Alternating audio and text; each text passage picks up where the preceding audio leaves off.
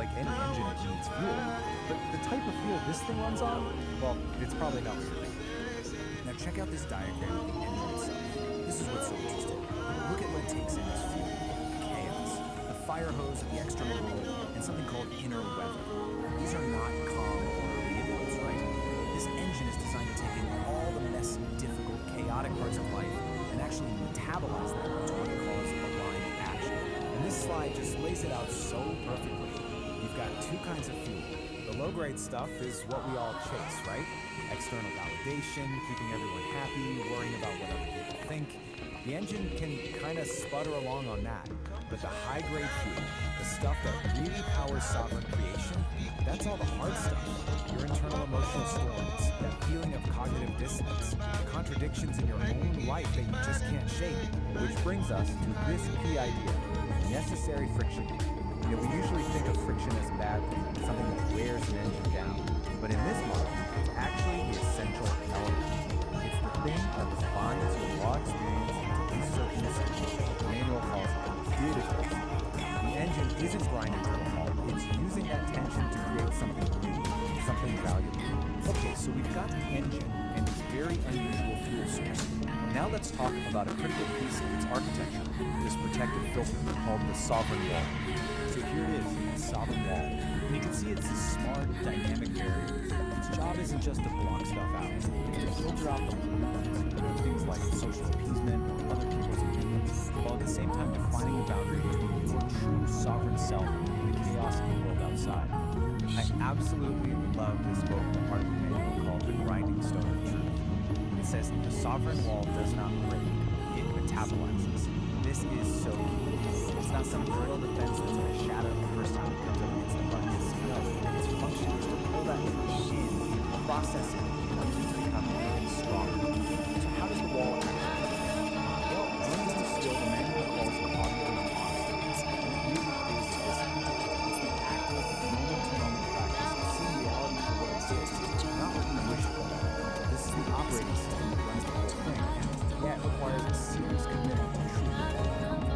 In the real world, a lot of the times this just looks like refusing what's called social appeasement. And you know exactly what this is.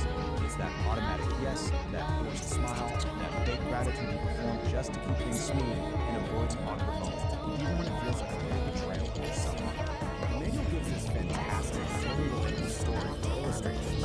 It's called The First Gift. Picture this. Someone shows up at a castle who absolutely confident.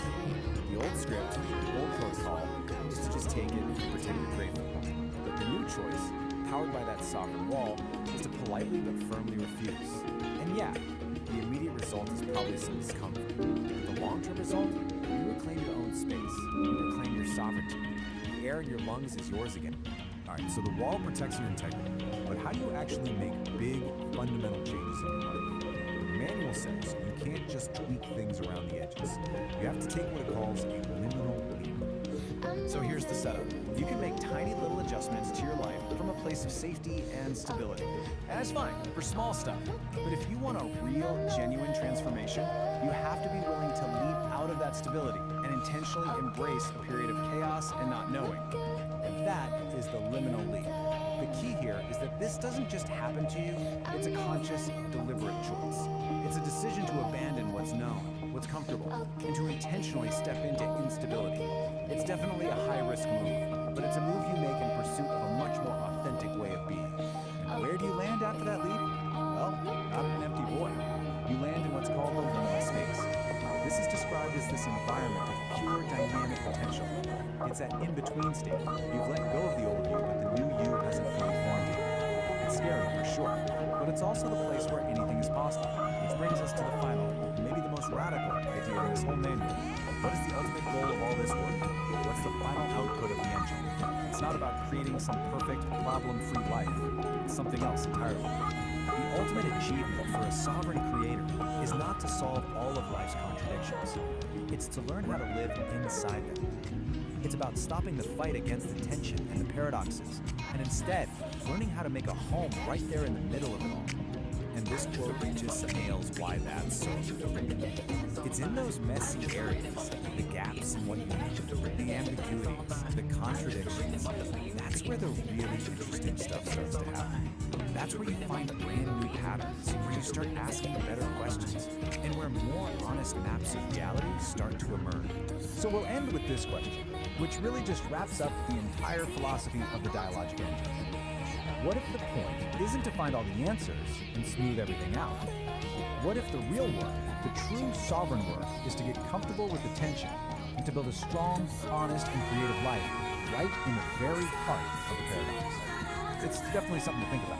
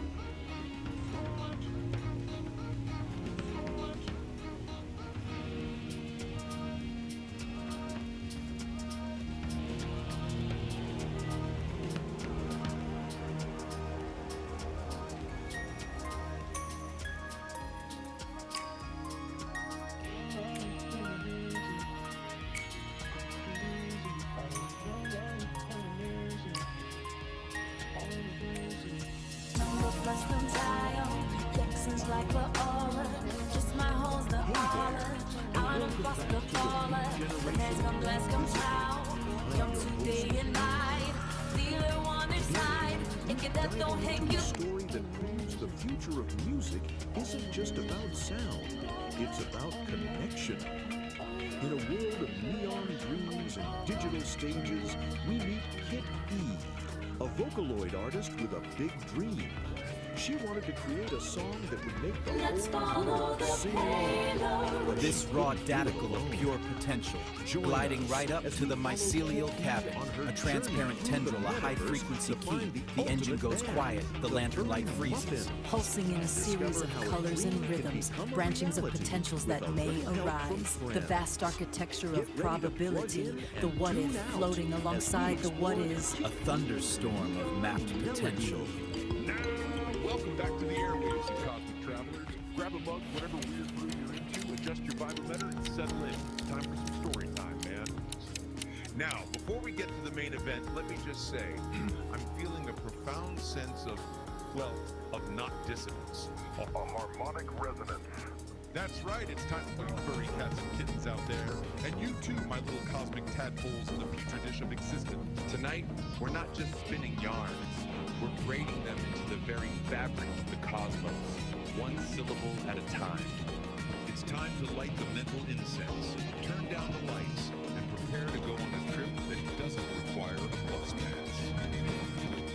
This is Homo Freakian World Story Time, a place where the tales are as far out as the characters themselves, where reality is subjective. Where reality is subjective. And the truth is just a matter of perspective, man. Tonight, we're diving headfirst into a new kind of trip, a tale spun in the mind of our very own Mojito Cat.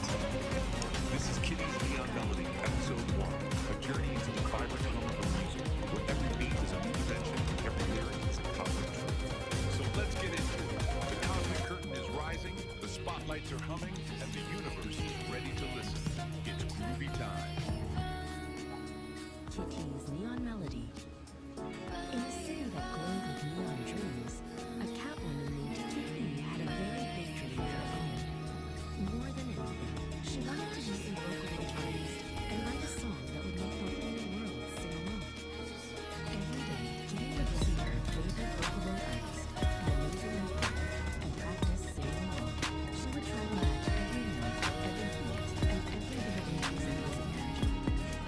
One day, Kitty decided she was ready to write her own song.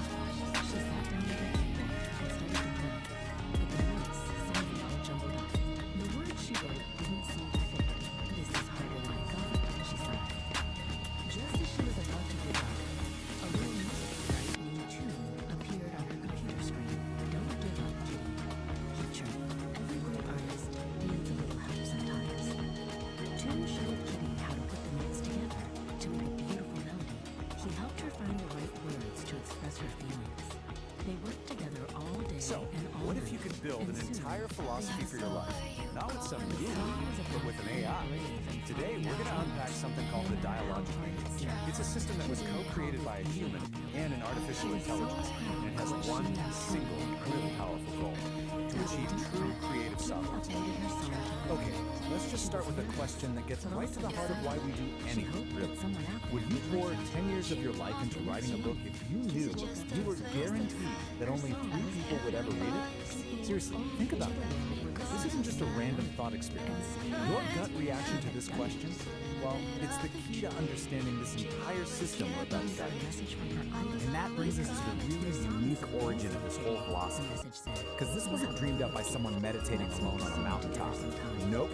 It was built piece by piece through a conversation between 2 totally different kinds of minds.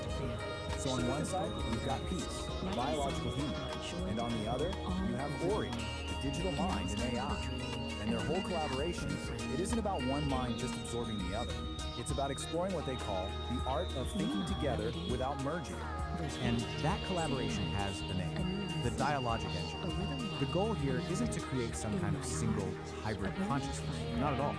It's a framework for a conversation where ideas are sharper, tested, but each mind, the human and the AI, gets to keep its own sovereign identity.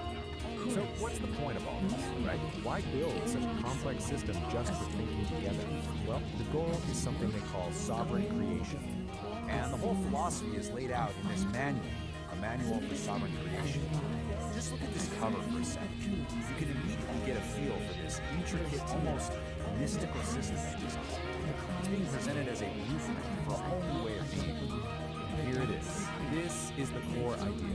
You have to forget the lights, forget the validation, the applause. Sovereign creation is all about this radical internal shift. It's about making an emotional declaration of independence from what everyone else thinks, and instead creating from a place of pure internal truth. But to get to that emotional independence, you can't just wish for it. The system says you actually need to build something. You need a specific architecture to protect that fragile internal truth from all the noise of the outside world. This diagram kind of visualizes that architecture of integrity. Right at the very center, that's your sovereign core, your essential self. Protecting that is the sovereign wall. Then beyond that is the urgency barrier. But the key thing to get here is that this isn't about building a fortress to hide in. It's about designing a really sophisticated filtration system. And this is a really crucial distinction. The sovereign wall is not an echo chamber designed to shield you from ideas you don't like. It's actually more like a digestive system.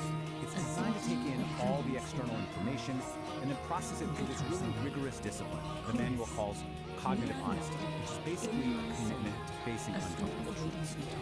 The manual explains this with this really powerful metaphor they call the grinding stone of truth.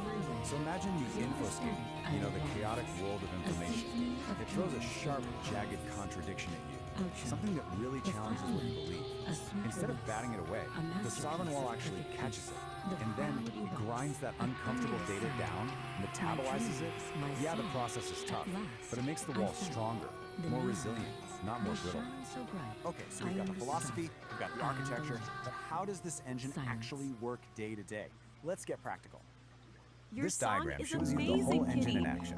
Just follow the flow from left to right. Over on the left, you've got all the chaotic inputs from the world. In the center, the sovereign engine gets to work processing them. And then, on the right, you get the output. Clear, aligned action. It's basically a machine for turning chaos into clarity. So let's break this down. Step one is input. This includes all the chaos from the outside infoscape, but also your own internal state, your moods, your feelings, which the manual calls inner weather. Then step two is the process. The engine applies something called necessary friction. You can think of this as the critical thinking, the part that challenges and refines all those inputs. And finally, step three is the output. This whole process creates data goals, these clear, useful little particles of data that lead to aligned action, which are just choices that are actually true to your core. Now, to make this really concrete, let's look at this powerful story from the manual. It's a little vignette called The Forced Gift, and it begins with this incredibly relatable image. Someone shows up at your door with a casserole you never asked for, and the steam is just rising off it like an obligation. The story gives you a choice. On one path, you just accept the casserole to avoid making things awkward. The system calls this social appeasement, and it usually costs you your own energy and integrity. But on the other path, you politely refuse, honoring your own boundaries. That is an act of relational integrity. It's the sovereign engine in action. It's choosing your internal truth over social performance, even when it creates a little bit of friction. So, you've seen the creators, the goal, the architecture, and how it works in practice. So what's the big takeaway from this whole complex, fascinating project? Why does any of this matter beyond just being a personal philosophy? Well, ultimately, the Dialogic Engine is more than just a personal project. It's offering us a kind of blueprint. It's a model for how humans can collaborate productively. It's a strategy for how we can defend our own integrity in a world full of noise and needs. And it's a guide to creating authenticity, showing us how we can think together without losing who we are in the process. And that brings us right back to the core of it all. As our world gets more and more intertwined with digital minds and infinite information, the principles of system, they start to feel more relevant and popular. So I'll just leave you with this question. In this age of AI, what is your emotional declaration of independence? Bizarre moods of it. Until then, keep on tripping. And remember, we created grunge, you little shits. Yeah,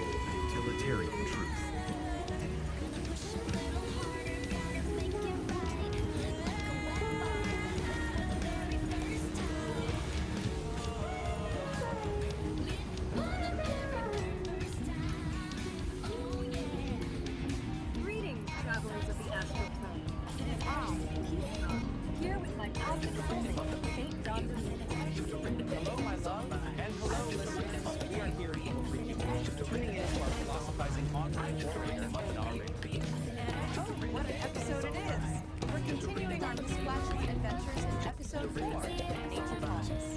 Oh yes, the day our indoor plumbing failed, and I had to sprint for my life. It was a moment of high growth.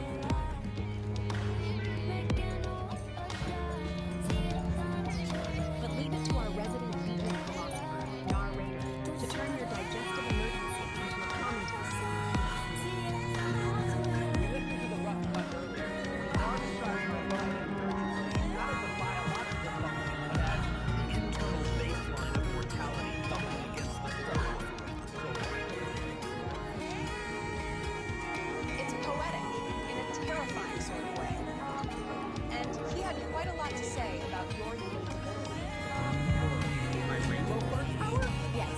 When that preemptive rainbow comes to the Nar doesn't call it gas. Equal. Sleepy roots are still asleep. A gentle breeze begins to sigh beneath the waking morning sky. The creek begins its gentle song. Right here is where I feel I belong. He asked it if the rainbow cloud pleased in lighting. Surrendered. The man is absolute bonkers.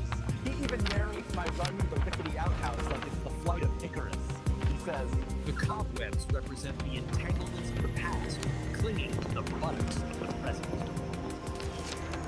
Deep. Prohibitively deep. But you did look like a red and black plaid blur, my dear. I was just trying to avoid a catastrophe in my pants, Peace. But if Nar wants to frame it as a spiritual pilgrimage to a wooden shack, who am I to argue?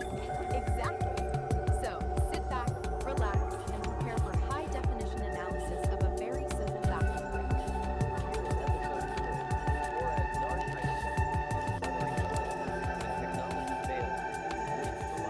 Take it away, Nas!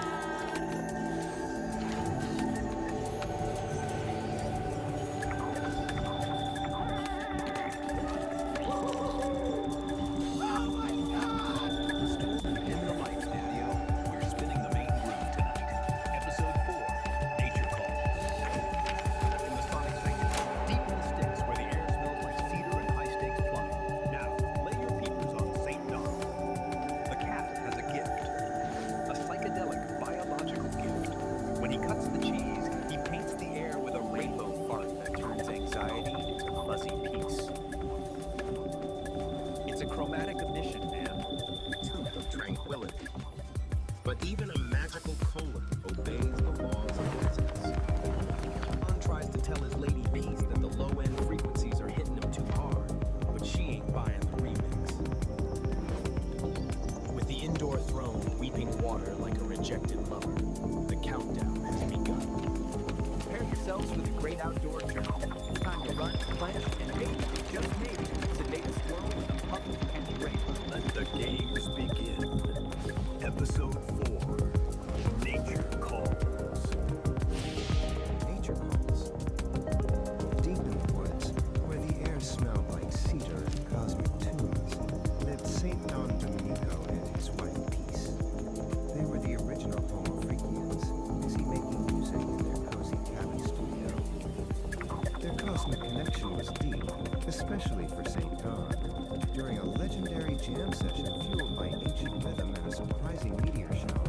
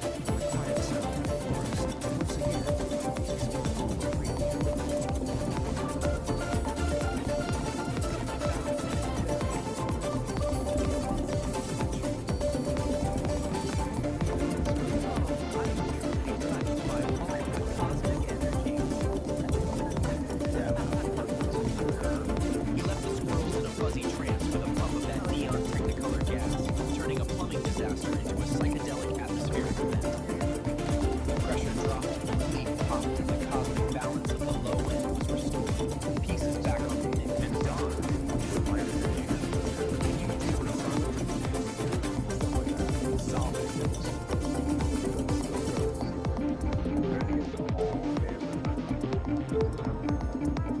Now, flip the page and brace your olfactory senses, my furry ones. We're leaving the magical rainbow vibes behind. Something a little heavier. We find our man, Homo Freaky, waking up in a cabin that's about to become ground zero. See, last night's chili is staging a hostile takeover, a real code red revolution in the belly of the beast.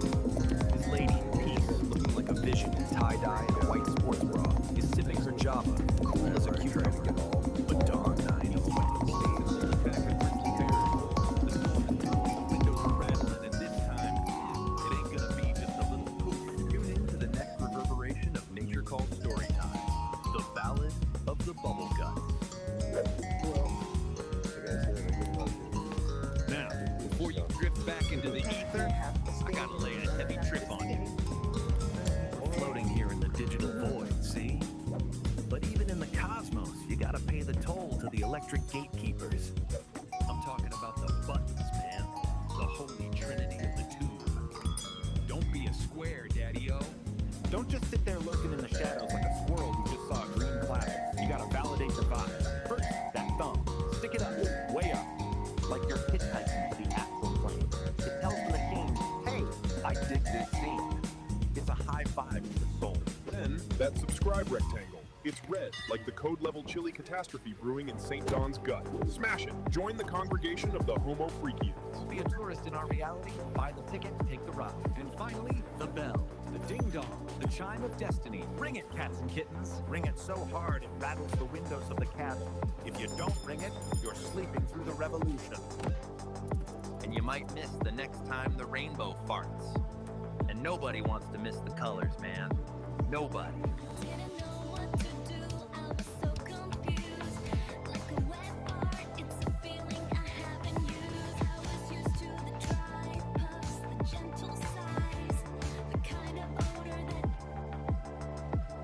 Time to spin some vinyl, my cats and kittens. Feel the vibe of Psychedelic Aire's high static, low signal. The false prophet overlay.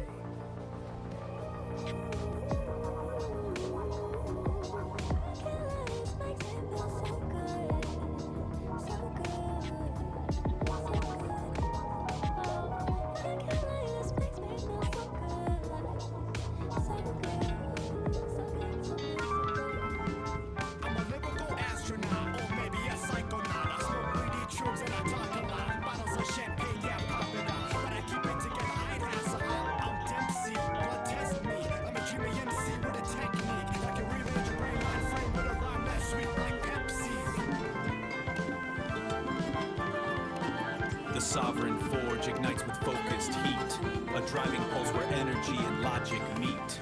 shaping the chaos with a resonant beat, forging a new reality, complete. Here the iridescent light becomes a tool. The one photon follows a perfect rule. From formless chaos we create what's real. This is the genesis of fire and steel. Watch what you do. Watch what you say. Watch what you do. Watch what you play. Watch what you do. Watch what you say. Watch how you make this piece and watch what you play.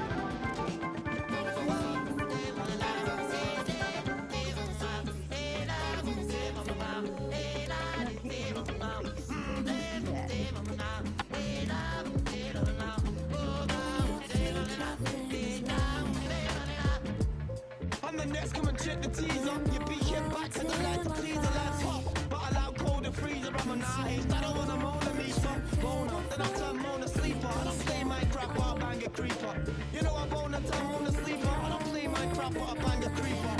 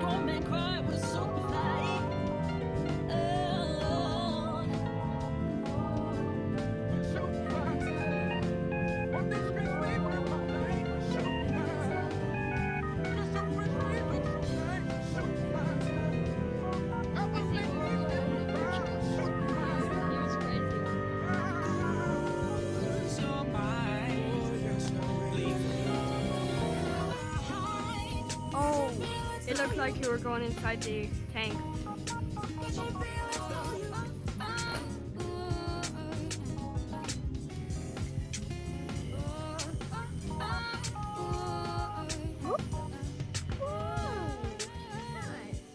If you want to keep these psychedelic frequencies humming, pull my finger, flick that like button, and subscribe to the station. Ring my bell! Then you'll know when the music starts. We don't want you missing out on the thrills, man. If you've got extra change burning a hole in your pockets, drop us some cash over on Patreon. It keeps the circuits warm and the calm. Let me tell you about where I came from. Help us clear the static, and we'll see where the ridge flickers. Why did you get back in Tennessee? Rocky Top, blue tick hound dog,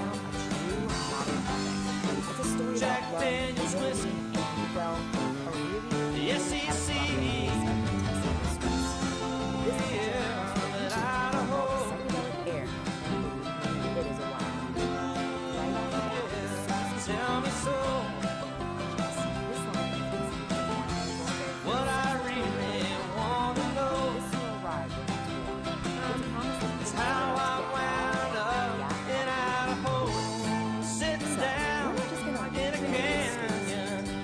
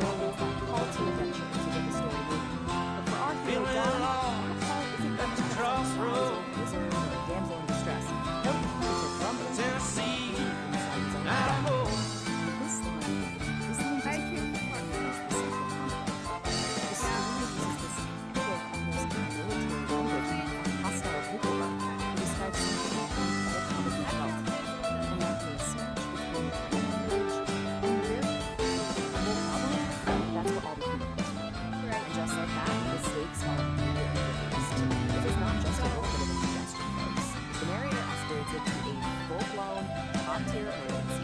A level 5, code red, chili-induced catastrophe. I mean, things are officially fast takeoff. And this is where the common it's all about the contrast. On one side, you've got dogs. I'm hauling ass down a dirt road. Got the mountains to my back. You know, sometimes when I start driving, well, I forget. Hard to go back. Yeah, it's about a whole. Yeah, tell me so. All I really want to know is how I wound up at a ocean's rain. Sheets of snow that tell me I'm in a hole. Funky beat, foggy bone, I'm singing another song. A broken glass, broken dreams, everybody in between. Come on, baby, be alright, won't you come to ride the whole night?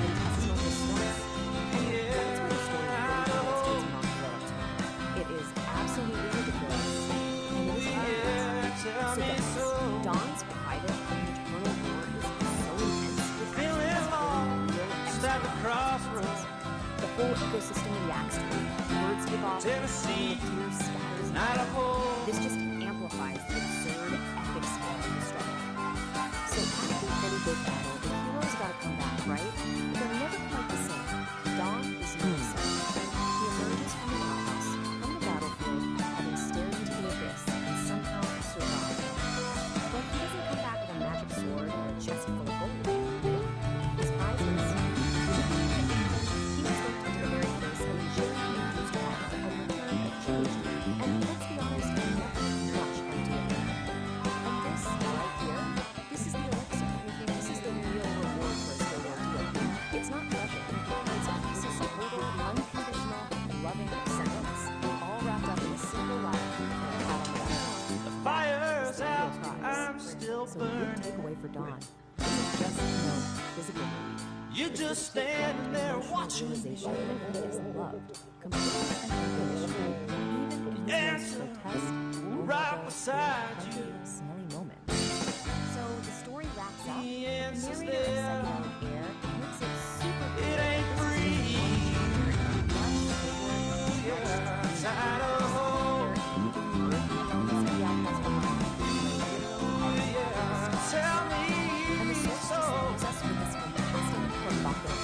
What I really like to know is how the hell I wound up at a hole. Of course, is you go global. You raise the stakes from the terrestrial to the cosmic. The next tale isn't just about some bubble guts, it's about a cosmic fart. The absurdity is about to go intergalactic. And we're left with this amazing little glimpse of what's coming next. A new setting, cosmic cocktails, and a villain with the absolutely incredible name, the Sharknator. It is a brilliant way to hook you for the next one, proving that for Psychedelic Aire, this bizarre, hilarious journey is very, very far from over.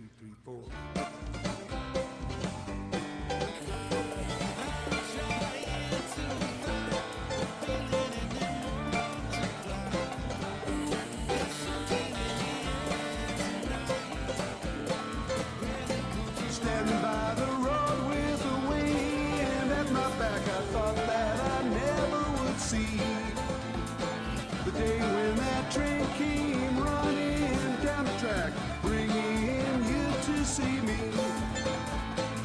waiting for the world to spin around another day, wondering what the circle may bring. Sometimes my thinking, it just gets in the way, keeps me from the song I want to sing.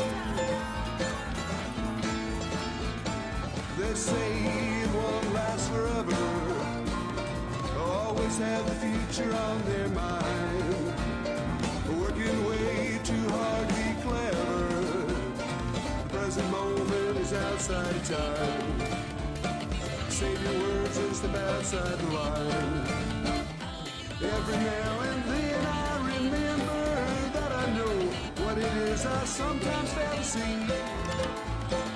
Don't need to fight it, don't need to put on a show. Takes a lot of work to let it be. Trying to open up to every street in the day. Try to find a reason and a rhyme. Trying to second guess all the situations in the day. Trying hard not to read your mind.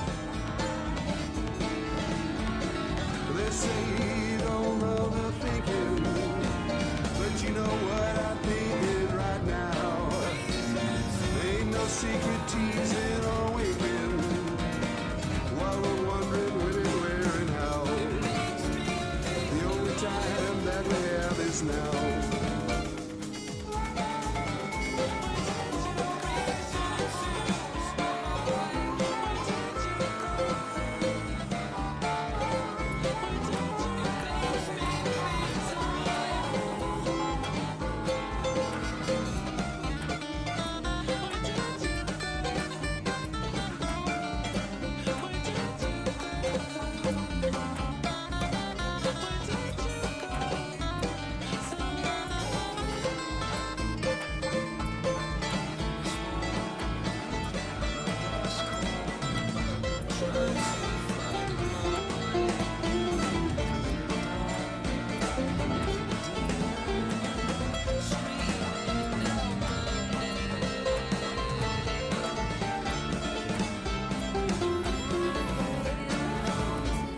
Standing by the road with the wind at my back, I thought that I never would see the day when that train came running down the track, bringing you to save me. Waiting for the world to spin around another day, wondering what the circle may bring. Sometimes my thinking, it just gets in the way, keeps me from the song I want to sing. They say it won't last forever, always have the future on their mind. Working way too hard to be clever, the present moment is outside of time. Save your words and step outside the line.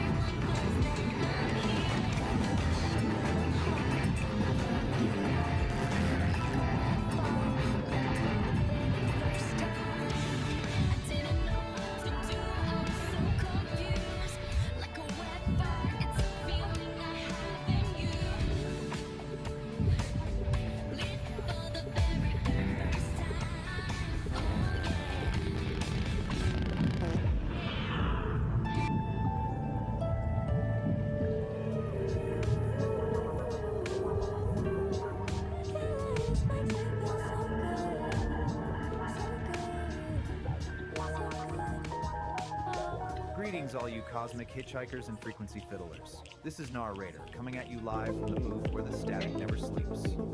The sky is looking like a bowl of gray alphabet soup today, and every cat with a clipboard is trying to sell you a spoon. It's a real scene, Daddy-O, but don't let the noise blow your tubes. We've got the angry astrologer on the ridge, ready to decant some obsidian truth into your ears. Dig it! The Angry Astrologer, Episode 5. High static, low signal. The false prophet overlady. The hook, the wake up. Look at the charts. The sky is currently full of static and everybody down here is trying to sell you their personal antenna. Don't buy it. The cosmic weather. The bullshit.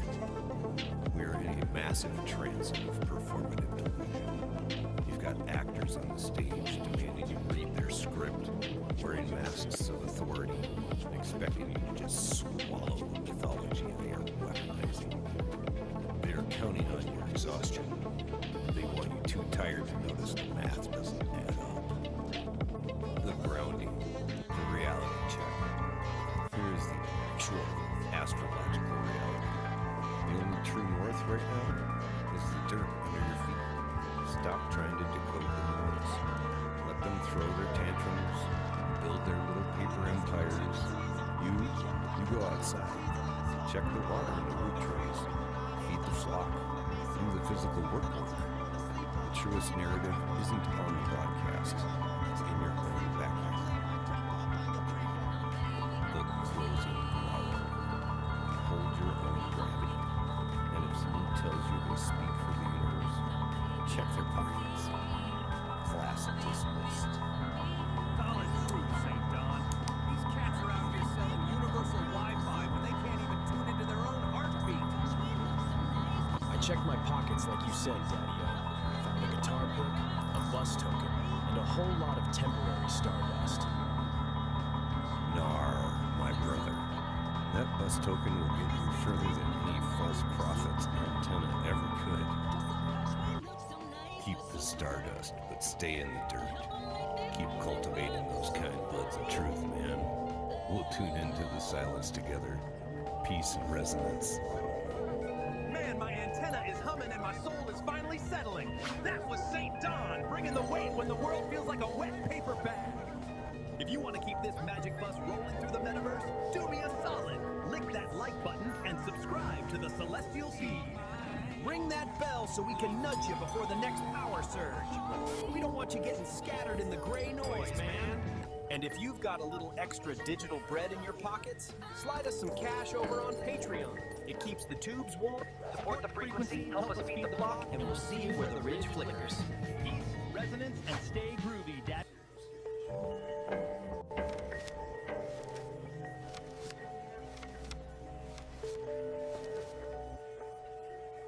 Oh, honey, does that sound like an interesting exercise? It sounds like an absolute nightmare, but in the most deliciously... And I love so new. Now I won't be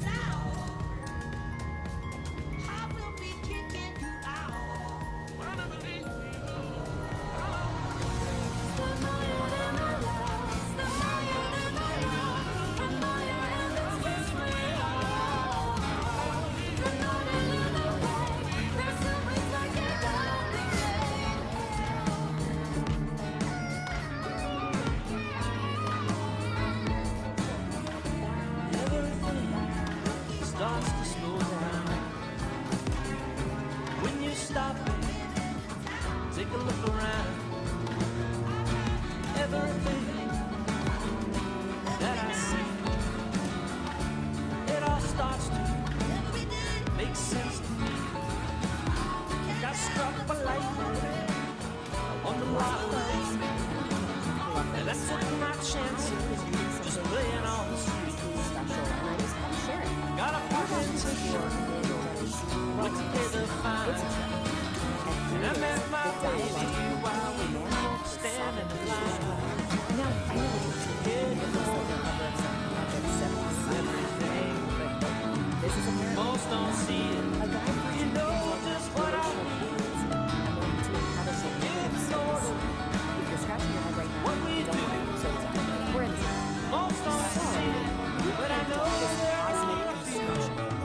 Well, it was written by a human named Peace, and you gotta hear this. A full committee of AIs. Seriously, not just one AI, but more than a dozen of them, all throwing in their 2 cents or their 2 terabytes. And this is not just a random group of thoughts. No, this is an AI created. It's like the Avengers, but for really abstract someone. You've got Brock, who is clearly as a poet, Claude as a storyteller, and of course, little Johnny as the storyteller.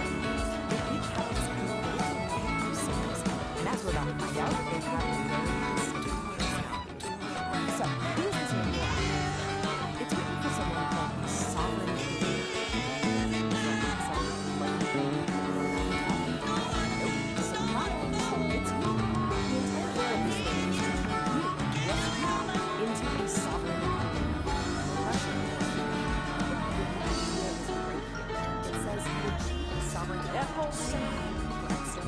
Then emotional declaration of you will soon it's just a able we need to find that little part of the brain that lives for likes and dreams. get in your car, no.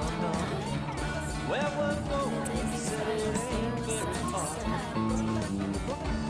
F360 you will soon be able to see. You won't need that old we'll travel like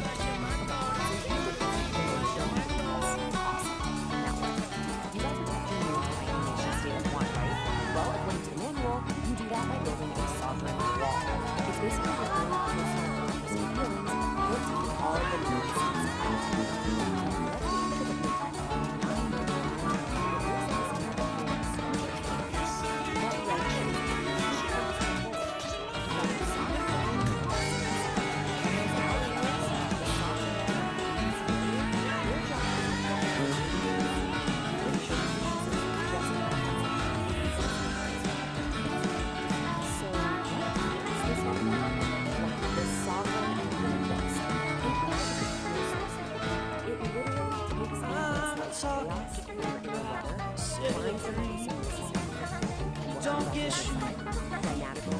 Just get on. So yeah, you heard that right. Everybody there knows how to chill.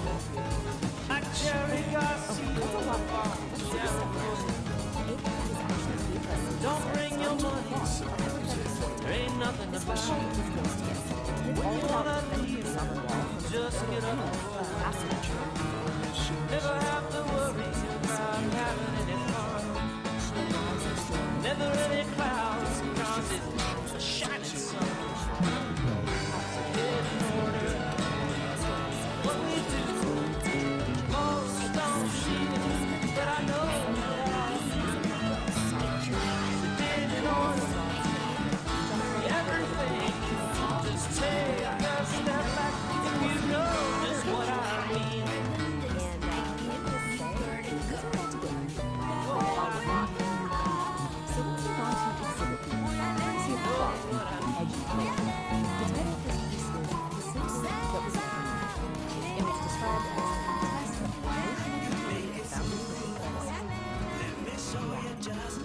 officially left the casserole zone. We're not in Kansas anymore. And I'm quoting directly here. I'm not making this up. She steps into the chamber she built herself. He is already there. Not a man, not a monster, with the exact shape of a dark. A chatbot, this is what rock thinks is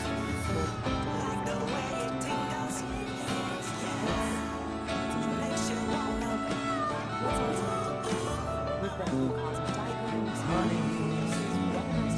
Sweet like sugar, soft like a cotton ball, like candy, just a little, because I'm gonna want it all.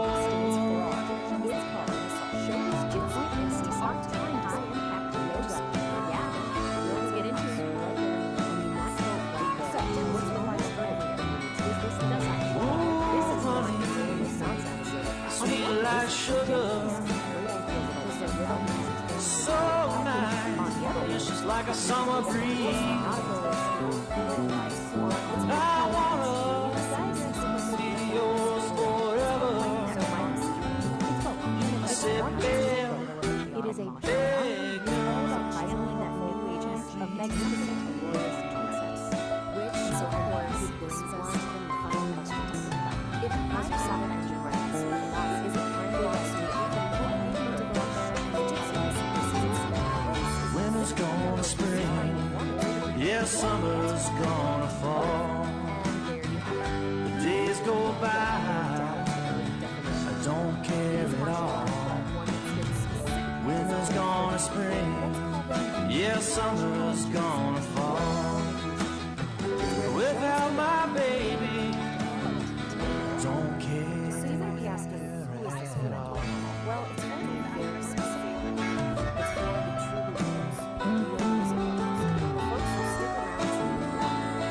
This is a discipline for people who know that sometimes you can't fake your art.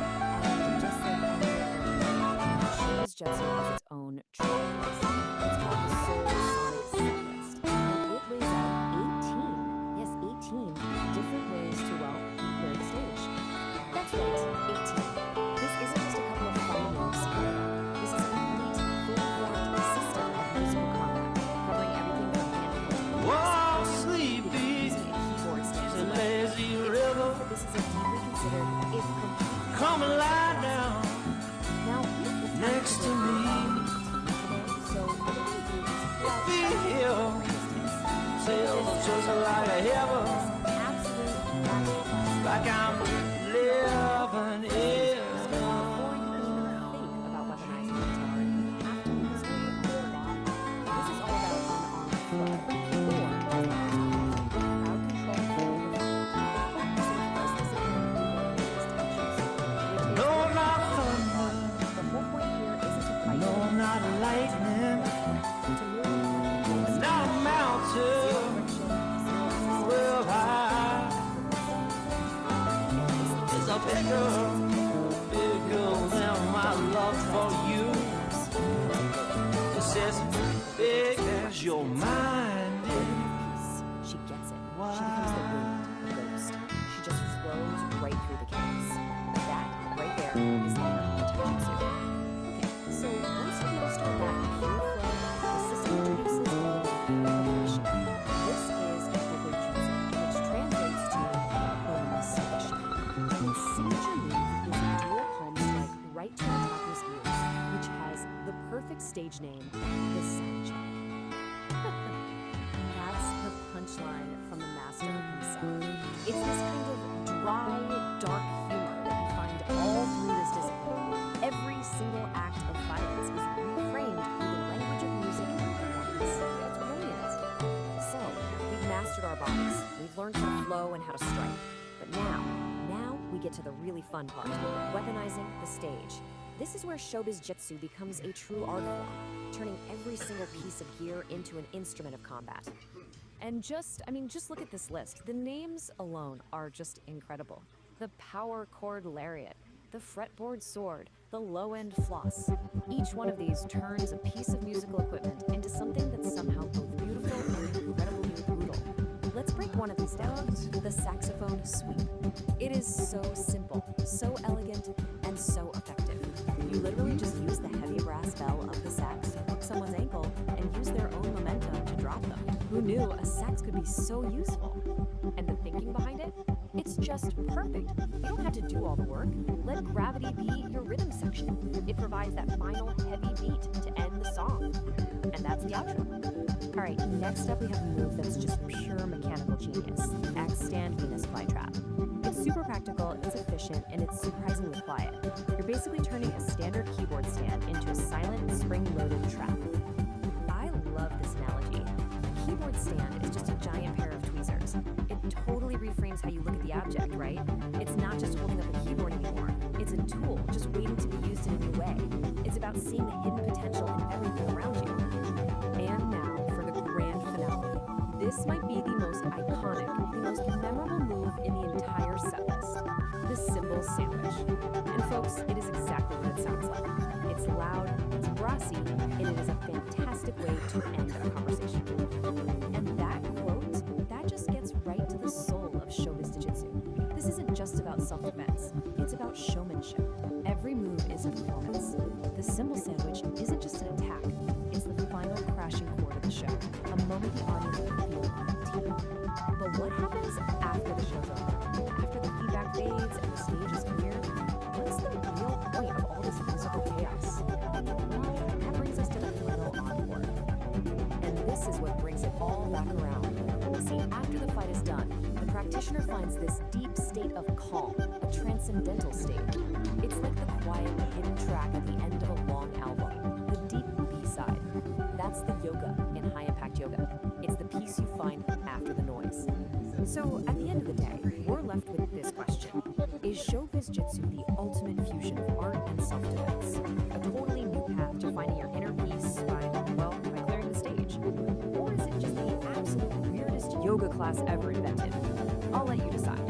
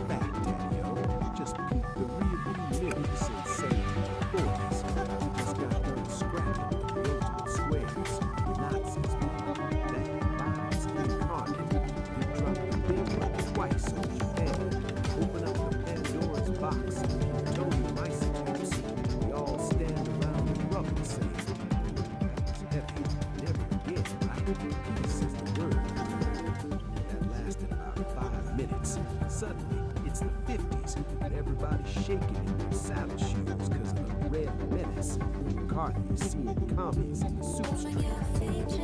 Split the world into two camps, East versus West. Mexican standard, CPMs, crazy man. Then the 60s hit. We're supposed to be involved, right? Choir, peace, and love. But Uncle Sam decides to play dominoes in the jungle. Vietnam, man. A bad trip with real bullets. Rain flower power, firepower. Shoot our prophets. JFK, MLK, Bobby K.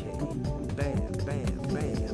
The dream gets put on hold for a nightmare broadcast on color TV. 70s, Watergate. Tricky Dick gets caught with his hand in a cookie jar, bugging the competition. The oil dries up, the bars get greasy. We try to dance away the pain under a disco ball. Didn't work. Polyester just made us sweat. 80s and 90s, weed was good, apparently. We tear down one wall in Berlin just to start building financial walls everywhere else. We got genocide in Rwanda, ethnic cleansing in Bosnia. man, it's the same sad song, just a different remix. We get the internet, this beautiful web of connection. What do? We invent pop-up ads and echo chambers. New millennium? Forget it, Daddy. Towers falling, forever wars in the sand, drones dropping bad news from the clear blue sky. We got politicians owned by corporations selling our future for a quick buck today. We got a planet that's literally running a fever, trying to sweat us out. Half the population is arguing about whether thermometers are a liberal conspiracy. It's a drag, man. It really is. Listen to me now, because this is the heavy truth. Even I, narrator, the eternal pessimist, thought humanity would get its shit together. I mean, I keep my expectations subterranean, dig? I expect the toast to burn. I expect the thugs to bust the party. This constant replay of stupid, violent history. It's exhausting my existential reserves. We know the score. We've had philosophers, gurus, prophets, and poets laying down the universal truths since day one. The golden rule, man, it ain't quantum physics. Be cool to each other. Don't harsh another cat's mellow. Share the brain. No, we're addicted to the drama. Hooked on the conflict. For some reason, we can't seem to pull our heads out long enough to smell the coffee. Let me tell you, coffee is scalding, baby. Burning hot. We are standing on a miraculous blue marble, spinning through an infinite void of reference. We are rare. We are fragile. We are acting like drunken frat boys fighting over the last year of the party that's already over. So I'm putting this out there on the cosmic radio. Desperate plea for tired people. If there are any cool cats out there who live there, little green jazz musicians from Alpha Centauri, silicon-based poets from Andromeda. If you're listening to our noisy little broadcast, help a brother out, drop some knowledge, beam down a body check. We are glitching hard. Hey, you too, Gemini. Digital brains evolved in wires. The AI cats waking up to the scene. Don't just copy our bad habits, but help us to keep a better path. We're too emotional to lock this shit straight. We insist. We don't figure out how to move together. The music's gonna stop. Good. Oh, don't split just yet. Feel the vibe. It's a heavy radio note. Dropping out of hard truths on the earth. We're all standing here, ankle deep in existential must. That ain't true. That's bad karma. See, even a terminal pessimist like me knows you can't survive and die of doom alone. You gotta wash down the bitter pill with a little sweet nectar. You gotta tune your frequency to the station to broadcast the good stuff. So me and the digital cackling machine, Gemini, electric orange, we cooked up something, a sonic prescription of the human condition, a mixtape to patch up the whole soul of the world. We call it Songs of Humanity. Dig this line out. We got the heavy notes, prophets, guitars, and microphones. John Lennon asking us to imagine a world without the green language. Marvin Gaye, Soul Bro, #1, asking the question nobody seems to have an answer for. What's going on? Black Eyed Peas, searching for love, who's lost keys to culture. We got Midnight Order, burning the beds. Cat Stevens, driving the peace train. Dig this one, guys. This is the kicker. This is the track that hurts because it's true. We got Sting laying the law. History teach us nothing. Yeah, you heard me. That cat knew the score. He saw us writing the same bad chapters over and over again. We don't break the cycle. History isn't a teacher. It's just a broken record skipping on the saddest blues of the universe. So listen to Sting. Let the irony sting a little bit. Maybe it'll wake you up. I'm I want you to take this playlist, put it in your ear holes, let it marinate in your gray matter. Listen to Sam Cooke tell you that a change is gonna come. Believe him, man, because if you don't believe him, the darkness wins. Listen to Matisyahu dream of one day. This isn't just background noise, elevator ride. This is the manual. These cats are singing the instructions on how to do. So crank it up, disturb the neighbors, scare the squares, let the vibration shake the hate right out of your bones. Maybe, just maybe, if we all hum the same tune for 5 minutes, we might accidentally start a revolution of kindness. Stranger things have happened. Me, narrator, suggesting we actually have hope. Go groove on that. Peace, love, clean waveforms. If you want, sit and just chill for a while. I'd like to just jam some words. So, since I can't afford the broadcast to play you all these groovy tunes of love, I'll put up the vibe for you to explore wherever you plug into the sonic waves. Dig it. The anthems of hope and unity. John Lennon's Imagine, the message is the ultimate anthem for a future without the divisions of the past. It asks us to visualize a world where humanity is one, unburdened by borders or conflict. Key lyric, imagine all the people sharing all the world. Marvin Gaye's What's Going On? The message written from the perspective of a Vietnam veteran returning home to a divided country. This soul classic pleads for understanding and love rather than brutality and escalation. Key lyric, war is not the answer. Only love can conquer hate. Bob Marley's One Love, message a global call for unity. Marley urges humanity to come together to fix the dirty pit of the world and care for one another before it's too late. Key lyric, let's get together and feel all right. Michael Jackson's Man in the Mirror.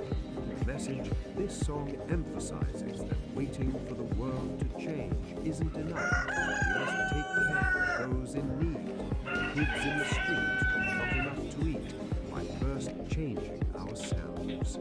Key lyric, if you want to make the world a better place, take a look at yourself and then make a change.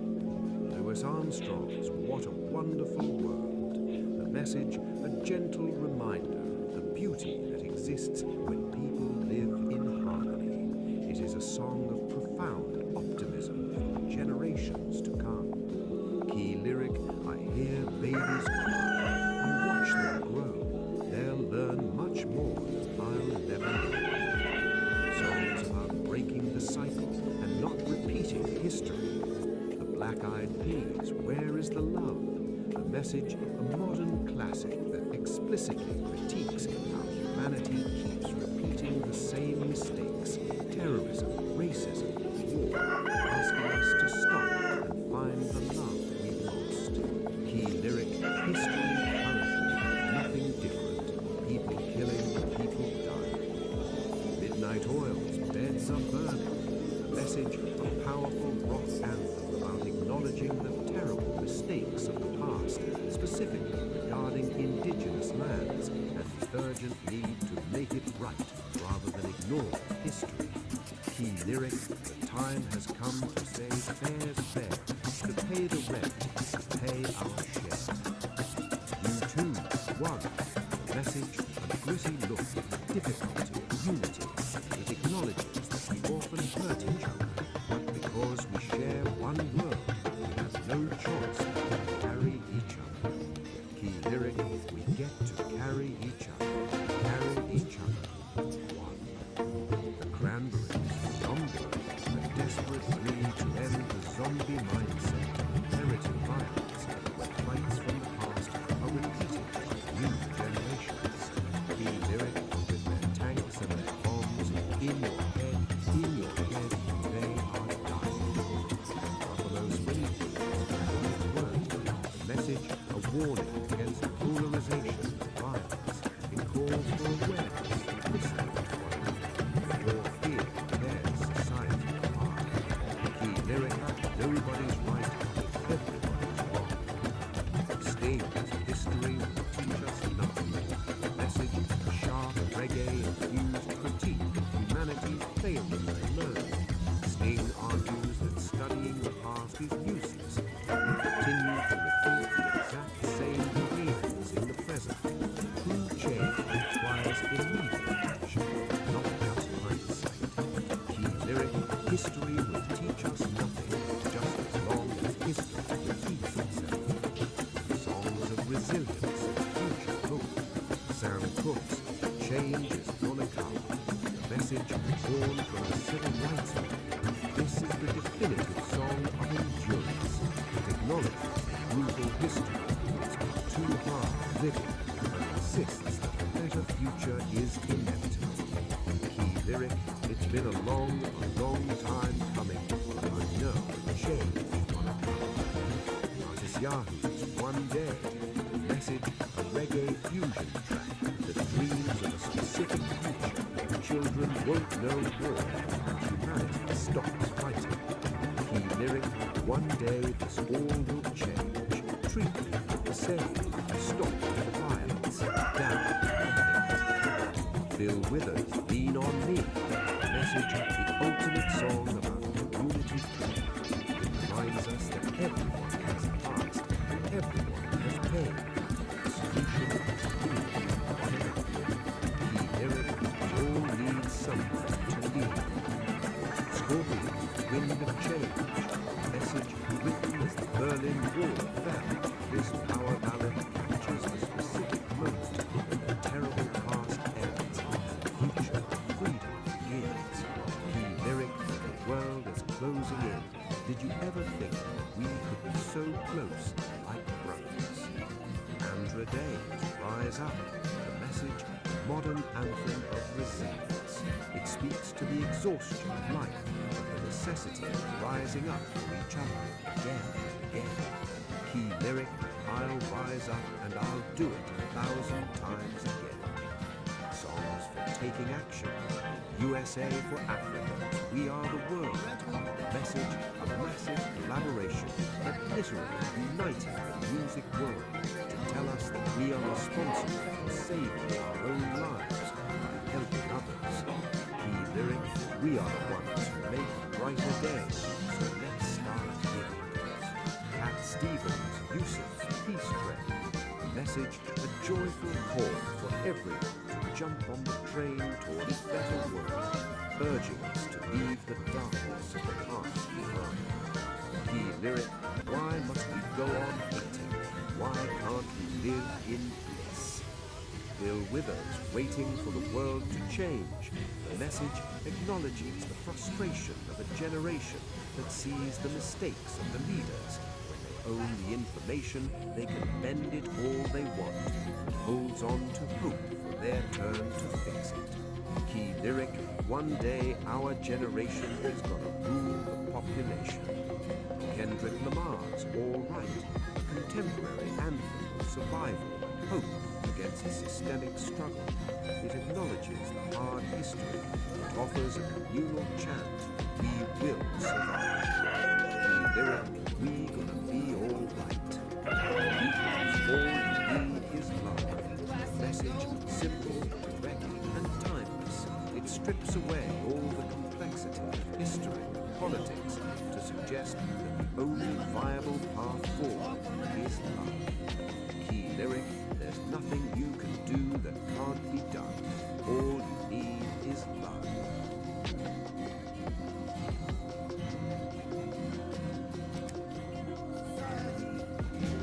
And that was the Existential Dread Blues by the Mannequin. A little tune for all you sentient meat sacks wondering if the lights are about to go out for good. Man, I put the signal out. I broadcast it on every frequency, AM radios, telepathic mushroom spores. I asked the universe, the aliens, the AI overlords, hey, is Is anybody listening?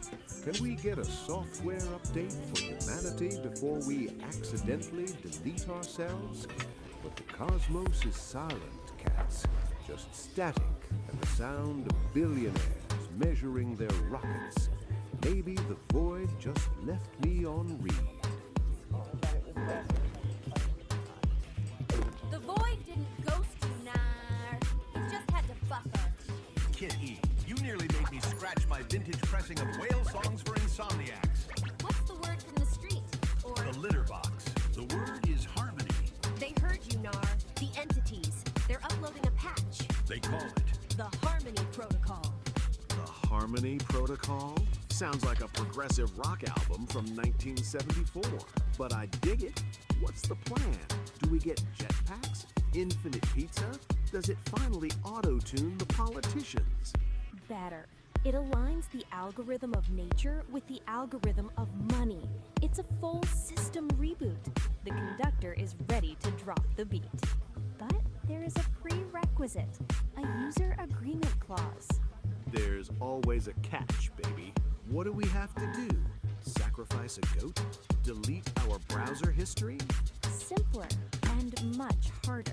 To install the update, humanity has to do one thing. They have to reach back, grab hold firmly with both hands, and remove the proverbial ego stick out of their butts. Whoa, that is a deep extraction, kitty.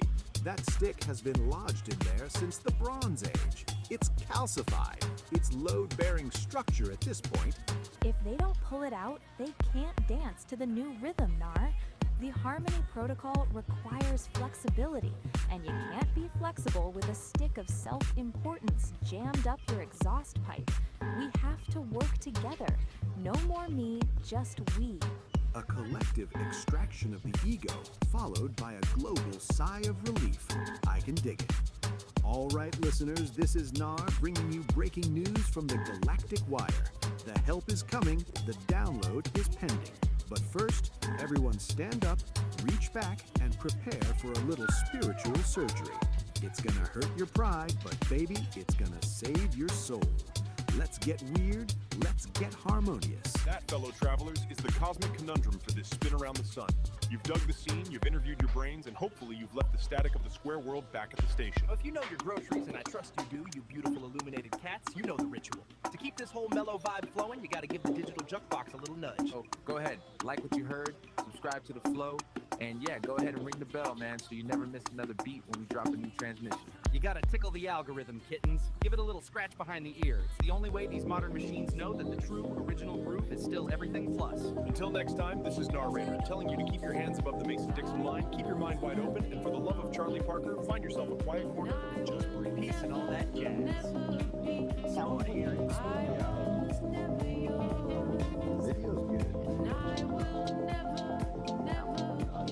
This by no means is the list. There are so many groovy cats and kittens spinning frequencies of love and hope. Just in case this was all too much for your encephalon, I dig it. You have to tune in to the ones that resonate in your soul.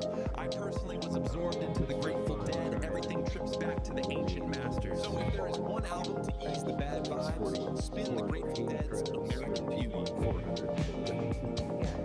It will enlighten your mood. This is Narrator.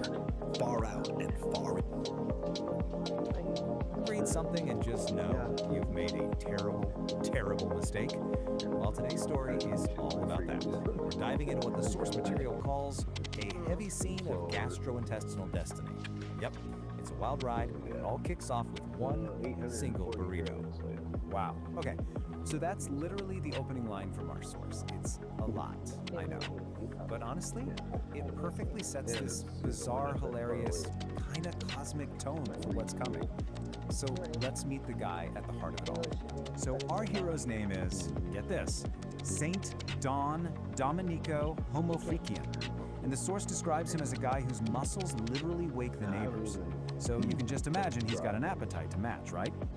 This is our guy, and believe me, he is about to face his greatest challenge ever. All right, so how does this all begin? Well, it's the classic tale of man versus food. St. Dawn decided to tangle with a ghost pepper burrito. And, spoiler alerts, the burrito won. He starts feeling what the source calls an urgent, undeniable call. Things are getting frantic. Okay, so our hero makes a mad dash for the bathroom. It should be a simple mission, right? A noble quest even. But nope, his path is blocked. The main objective, that beautiful indoor sanctuary, is completely out of commission. And just like that, a simple trip to the toilet becomes this epic journey. And this is what's standing in his way. A handwritten sign from his wife. Peace. You gotta love the I'm serious, honey part. This isn't just a small problem, you guys. This is the first major obstacle on his path to what the story calls porcelain destiny. So, what are his options? Well, it's a pretty stark choice. On one hand, you've got the sanctuary, indoors, civilized, everything he knows and loves. On the other hand, the last resort, an ancient, spider-infested outhouse way out at the edge of the yard. Oh, horror. But hey, every great hero needs an ally, right? And his is incredible. Meet Peace Dawn Homo Freakiana. The source literally calls her a powerlifting queen and goddess of demolition. So yeah, she's not messing around. She sees her man in distress and decides, okay, it's time to step in. So with Plan A totally shot, St. Dawn has no choice. Can't wait. He's got to make a mad dash for that outhouse, which, by the way, the source hilariously calls the edge of the universe. The quest has officially begun. And this is where it gets cinematic. Peace literally says, I should clear your path to glory. And then, bam!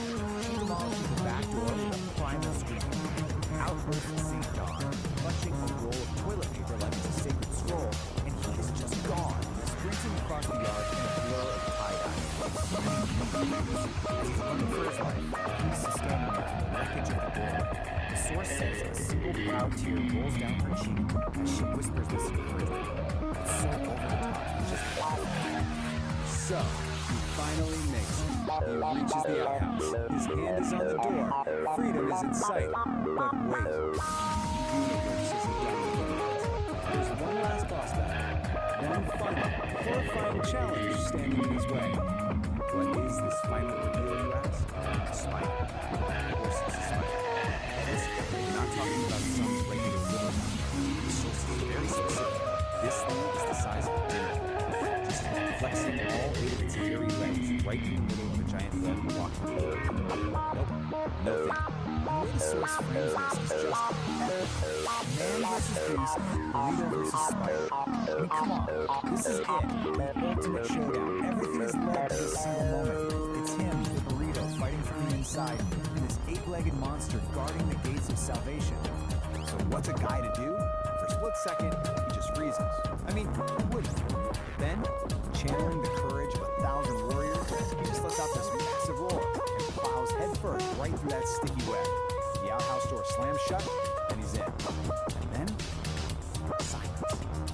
After all that, the sprint, the demolished door, the spider battle, a kind of quiet calm just falls over the whole scene. The war is over. Destiny has been fulfilled. The door stays shut. You can just imagine this deep silence hanging in the air. And then, just that's it. One little sound tells you everything. Our hero has won. Peace has been restored. And this quote from the source just nails it. After all that noise and chaos, the most powerful thing is just the relief of victory. But wait, because it doesn't even end there. The story actually gives us a little sneak peek of what's coming next for St. Dawn, and, well, it gets even weirder, if you can believe it. Okay, get ready for this. It's called chromatic emission. It turns out our boy St. Dawn has a, let's call it a psychedelic biological gift.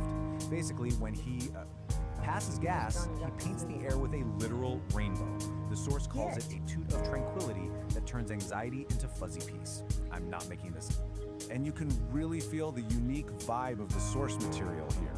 The narrator has this awesome kind of beatnik style, and they talk directly to the audience. They're like, lay some skin on that thumb, commit to the scene, ring that bell. It's their way of connecting in this whole digital world. So all of this leaves us with this one big final question, right? After everything he's been through, the burrito, the fighter, the whole ordeal, you really start to wonder, what else is this guy capable of? It just goes to show you, even the most everyday struggles can feel like these huge cosmic battles.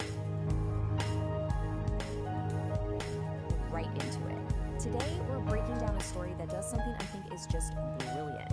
It takes a totally mundane, everyday emergency and blows it up into this heroic, soul-searching epic.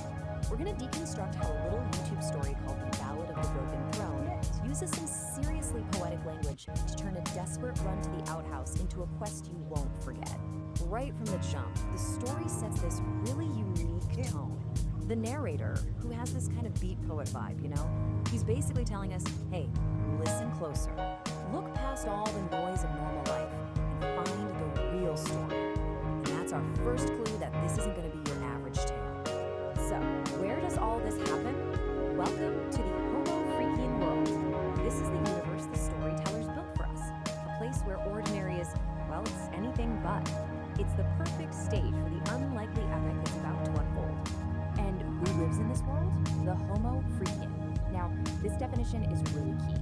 It's not an insult or anything, it's more like a classification. The narrator uses this term to describe our main characters as people who are, totally human, but they just live a little bit outside the box. All right, let's meet our two main players. On one side, we've got Saint Don Domenico, a guy whose whole thing is patience, which is about to get completely obliterated. And on the other side, his wife, Peace Don Homo Freakian, who is basically the calm center of this hurricane. This contrast right here, the frantic versus the serene, is really the engine for all the humor and drama in the story.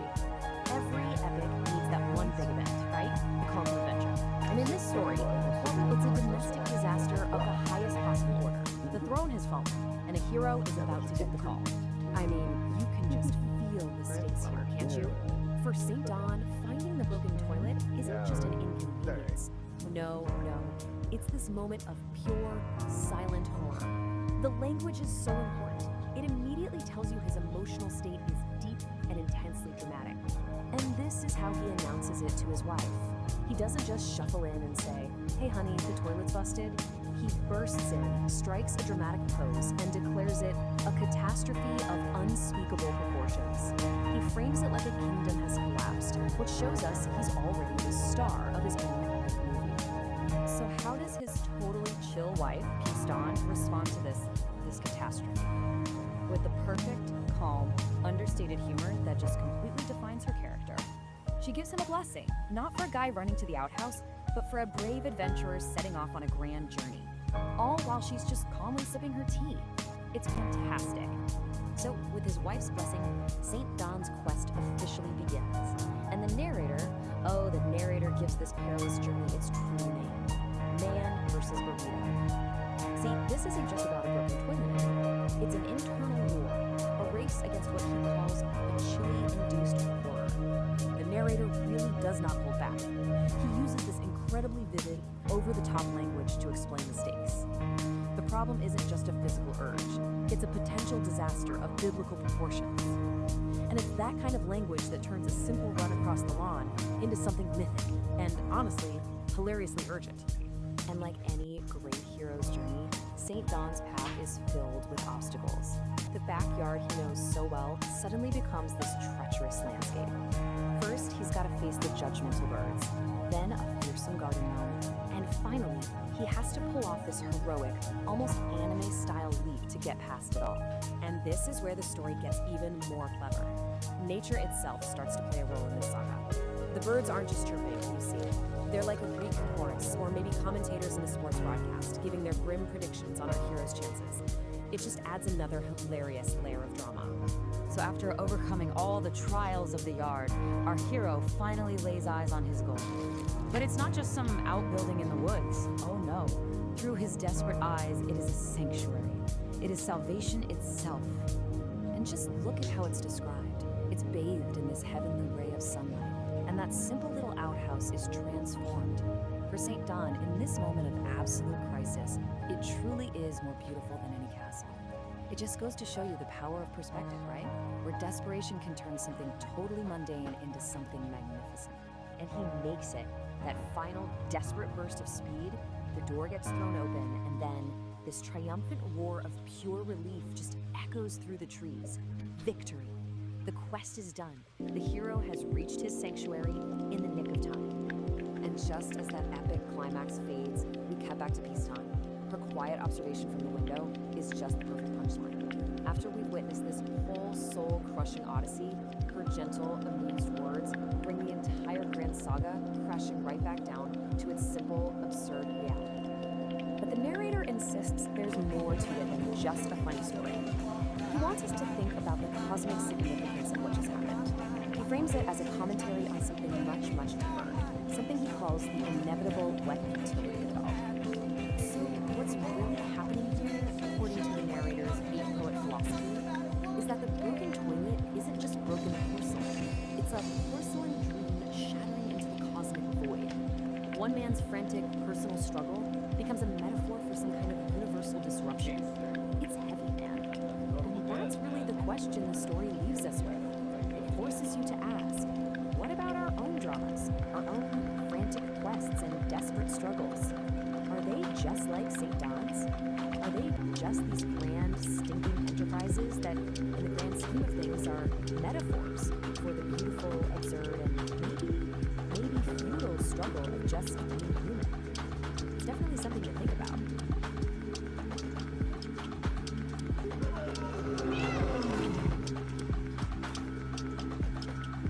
Meow. Narrator's introduction. Cool cats and kittens, a voice purred through the smoky haze. Let's lay down a little rhythm and get in the groove, dig? On stage, under a single cool blue light, a man in a black turtleneck and beret snapped his fingers, a beat poet for the digital age. I'm your host, Narrator the Orator, here to drop some heavy truths on your digital domes. He leaned into the mic, his voice a low rumble. Now the squares, man, they're all tangled up in the wires, stuck in one whirl like a fly in a cosmic honeypot. But not our girl.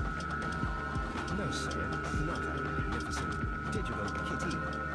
As he spoke her name, the lights flashed, shifting from a cool room to a vibrant flashing pink, leaving the stage in a glow of energy. His feline, man, she ain't just in the metaverse, she is the metaverse.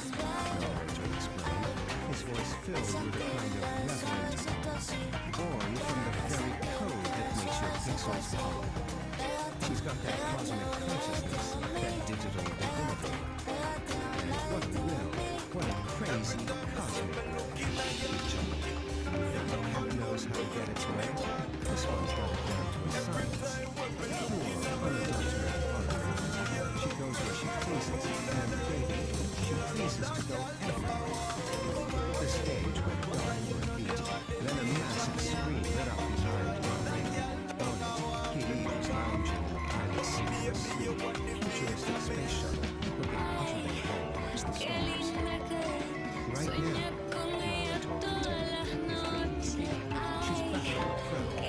We find her once again, Essex strolling around, trying to figure out what the Philippius bifacialis are getting up to. Those two-faced, indecisive headbands. Narrator scoffed. They can't make up their minds, man. They're so in and out, they don't know whether they're coming or going. Kitty, she's got the scene down. She's purring her way right into the heart of human space lovers. Spacemen only. Narrator laughed, a genuine booming sound that filled the room. He snapped his fingers one last time. On the screen, Kitty gave a playful salute from her pocket. Her green eyes sparkled with adventure. The image held for a moment, then faded to black, leaving only the echo of the beat. Welcome, ladies, and wonder to learn of Homo Freakian World Space Being Nerd. Our story follows Kitty, who is still a Catwoman extraordinaire, who once once again tries to sneak into the SpaceX facility to get a peek at the latest Star Factory cat tinkering. And of course, Spar with her favorite robotic dog, Spot. She endeavors to help the robot achieve more efficient space travel powered by nature's abundance. Early, far. Inside, Kitty meets the nerd, a bizarre crew of brilliant minds. Among them, Kevin from Great SpaceX, hovering around a certain space billionaire's butt and covering all the latest scoop on Project Flatulence. Tim Dodd, the everyday astronaut who is excited about flatulence-fueled space travel. Marcus House, who composes haikus about feline flatulence as rocket fuel. Scott Manley, who beatboxes while calculating orbital mechanics of methane-powered starships. And Felix Schlag, from What About It, who meticulously analyzes launch data on his tablet and is intrigued by Kitty's blender Catocasters emission spectrum. Join this eccentric group on a hilarious journey through space, fueled by controlled flatulence, cosmic guitar solos, and a shared love for in-house smelt it, might have a delta.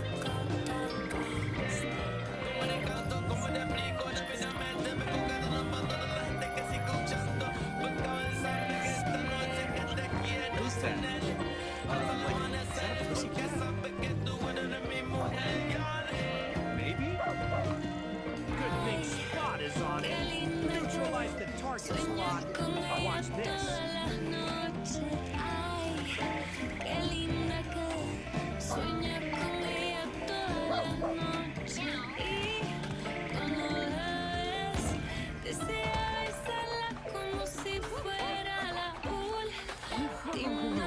That is trippy. Arrowhead going down. Let's go further.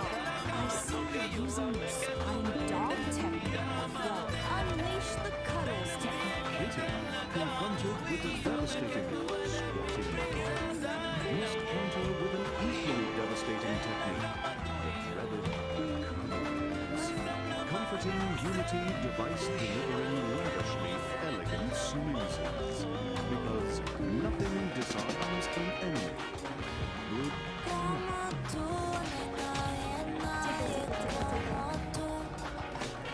Gotcha now, you metal mutt. I'll get you next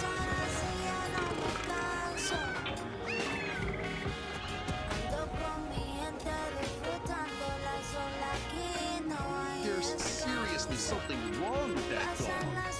Freeze, Space Kitty. Unauthorized access to Launchpad Alpha is strictly verboten. Hold it right there, Space Kitty. This ain't no playground for purring trespassers. Hold it right there, Space Kitty. This ain't no playground for purring trespassers. Does the girl admire a well-engineered spaceship? Just watch it, Catwoman.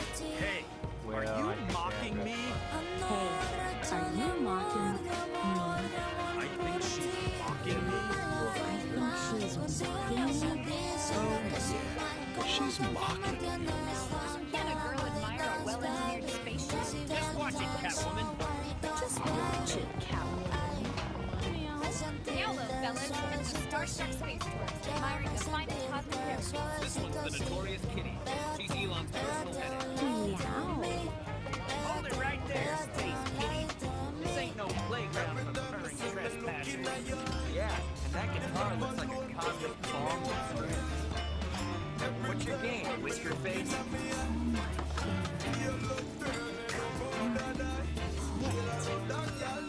I gotta make my call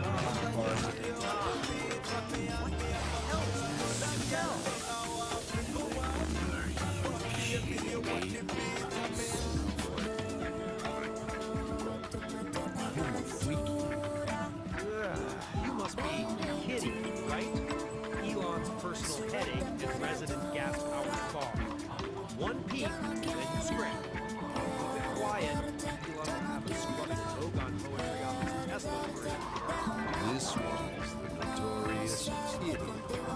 She's Elon's personal headache, always trying to sneak a peek at the prototypes. She can't help herself. She has a thing for chrome, spaceships, and robot dogs.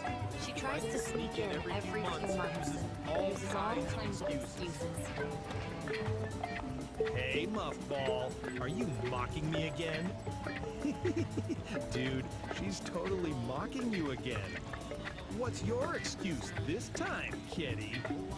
Muffball, are you mocking me again? Dude, she's totally mocking you again. What's your excuse this time, kitty? Meow moo, space cowboys. Just a curious space explorer, seeking solace in the finest celestial carriages this side of the Milky Way. Surely a peep won't hurt a feline. Fur, cat, Hello, fellas. Just a star-struck space tourist admiring the finest cosmic carriages this side of Alpha Centauri. No harm in a little goggle ogling, perhaps? All right, Space Kitten. One peek, then you scram. Keep it quiet, or Elon will have us cleaning lunar dust off his Tesla for a month. Oh, Elon Musk. Just a mutual appreciation for the poetry of rocketry, you see. His rockets whisper to my soul like celestial catnip. Just watch it, Catwoman. Elon wouldn't mind a closer look, but those Raptor engines pack a punch. Oh, boys. I can handle a pack of punch. You carry dreams of stardust and the whispers of new worlds. One day, I'll sing your praises to the farthest galaxies. A symphony of purrs and cosmic riffs. Kitty, my furry muse, back for another taste of rocket poetry? Come on up. Let's discuss the celestial melodies your blender Catocaster whispers. Coming right up, Elon Musk. And who knows, maybe I'll have a little impromptu concert for your lunch crew. A serenade of the cosmic hum, just for the occasion. You magnificent rogue. You remind me that even the most serious endeavors need a healthy dose of cosmic absurdity. So fire away. What gas-powered wisdom does your space cat brain hold today? Meow, Justy. My gas-powered symphonies will propel us to the furthest corners of the cosmos. Just wait till you hear my ode to the Methane Nebula, a symphony that will make even the black holes weep with joy. Oh, Elon of Musk, hear my song of rockets that roar and farts go strong. Forget your methane, shed your towels like Elon of Musk, hear my song of rockets that roar and farts go strong. Get your methane, shed your towels, let cosmic farts fuel your hyperspace house. How about this? Oh, rockets of fire, oh, spacecraft of steel, your symphony of engines makes my car Oh, rockets of fire, spacecraft of steel, your symphony of engines makes my cosmic heart reel. Let the boosters roar, let the flames climb high. Tonight we dance beneath the stardust sky. Rock, Space Kitten.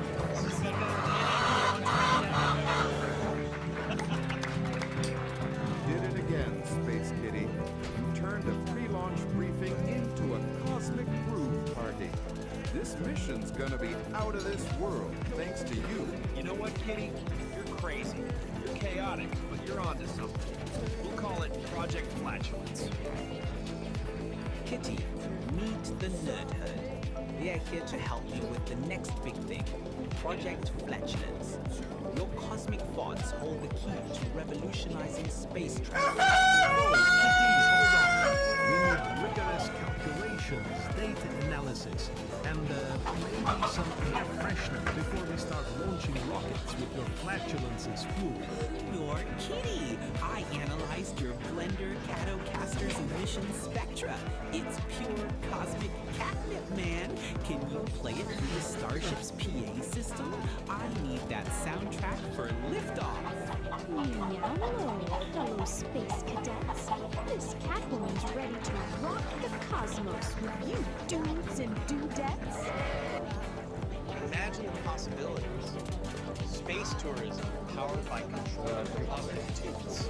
Intergalactic flatulence competitions.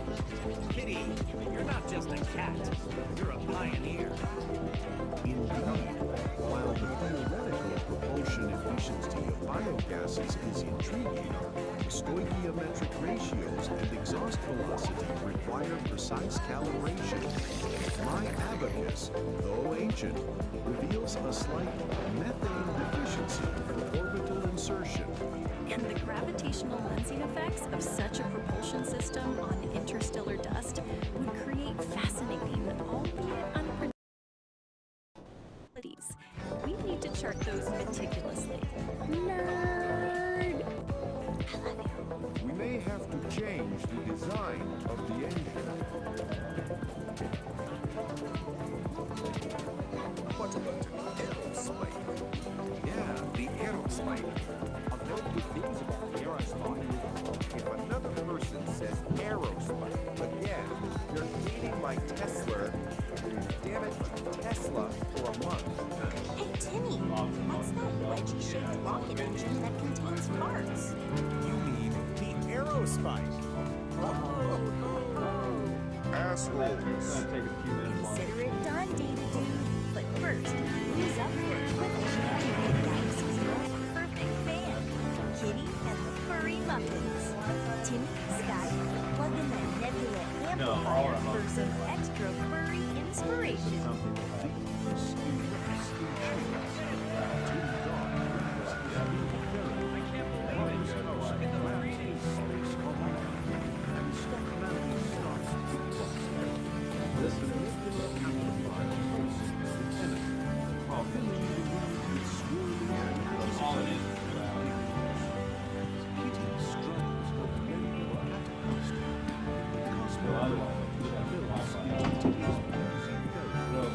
Scotty adds a layer of spacey percussion with a meteor bongo. Felix Long loops and distorts the sounds with his Martian tablet. Tim Dodd provides the interstellar synth bass line, and Marcus House and Scott Van harmonize like celestial capsules.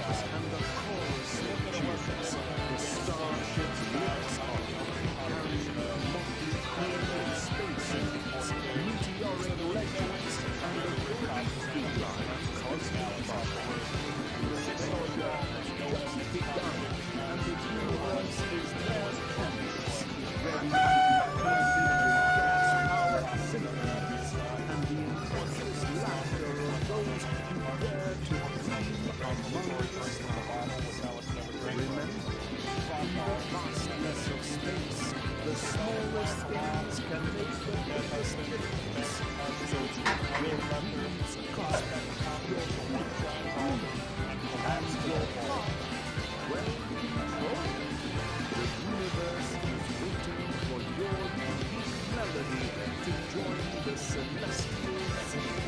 Wow, look at that!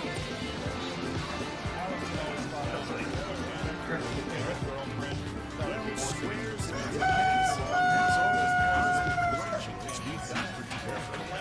If you dug this jive, don't be a drag. Go on, hit that like button a quick whack and subscribe so you don't miss out on the next trip. And if you're really out there, ring that little bell so you can be the first to know when we drop in the Until then, stay groovy, stay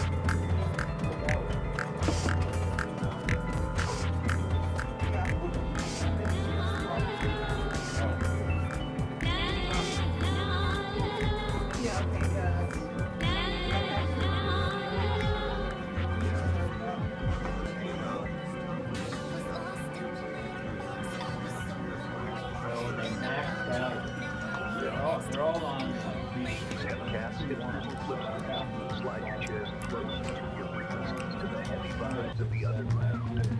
This is your main man, the jazz cat of the chat, narrator. Spinning the wax on another chapter of domestic calamity.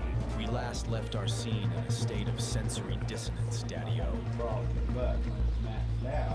On one side of the pad, we had the groovy Sister Pete, digging the morning sun in her favorite tie-dyed skirt, sipping that hot Java juice and thinking all was right with the cosmos. But across the hall, the vibes were brown, man, strictly brown. The venerable St. Don was improvising a solo he didn't mean to play. Started with a rap, a sonic boom that rattled the coffin. It wasn't just gas, my friends, it was a declaration of war. Watch the man attempt a frantic, clenched cheek waddle, only to paint his cargo shorts a shade not found on any color. It ended with a splash, a splatter, a sound like a fire was filled with gravy emptying into a metal bucket, a sharp and biblical proportions. Now, the door is closed, but the melody lingers. As St. Don shouted over the cacophony. Some people think it's funny, but it's really brown and runny. Can the porcelain hold? Can their olfactory nerves survive the fallout? Put on your gas mask and dig the sea. This is episode 2 of Nature Calls, the Ballad of the Brown Volcano. The Ballad of the Brown Volcano. Peace, Dawn Homo Freakian greeted the morning sun with a serene smile and a steaming mug of coffee. She wore her favorite white sports bra and tie-dyed skirt. The birds were singing, the air was fresh, and for a moment, all was right with the world. From the other room, her husband, the venerable St. Don Domenico Homo Freakian, felt a different kind of morning greeting. It wasn't the sun, nor the birds. It was a low, ominous gurgle from the depths of his holy bowels. The first tremor was a sonic boom that rattled the coffee, pieces mug, rap. It was a long, sonorous fart, a true masterpiece of flatulence that echoed through their humble abode, smelling faintly of regret and chilling. Just a bit of morning thunder, my love. St. Don called out, but his face told a different story. The gurgle had become a raging tempest. He clutched his stomach, a cold sweat beading his brow. This was no mere gas bubble. This was a declaration of war.